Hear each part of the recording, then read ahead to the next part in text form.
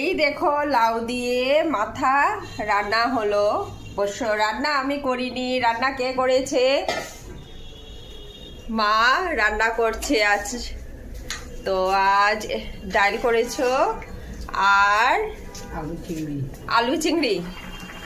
বাহ, আচ্ছা চিংড়ি মাছ কি দিয়ে কম্বিনেশন ভালো হয় বলো তো?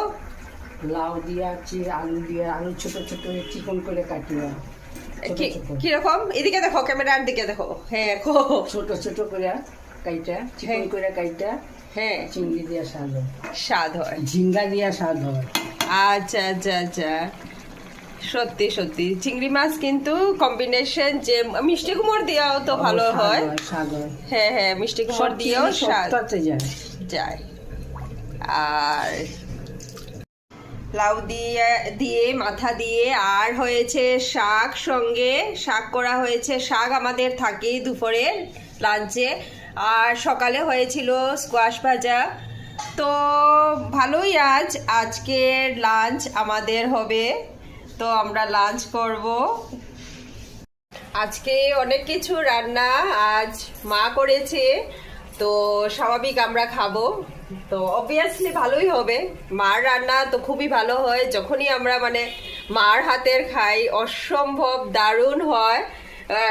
মা তোমার রান্না কিন্তু খুব ভালো হয়। তো আমরা খাবো আজ। মায়ে রাঁধবে, অনেক অনেক আইটেম করেছে। তো প্রথমে কথা ছিল আমি করব, কিন্তু আমার একটু অন্য কাজে একটু লেট হয়ে গেছে।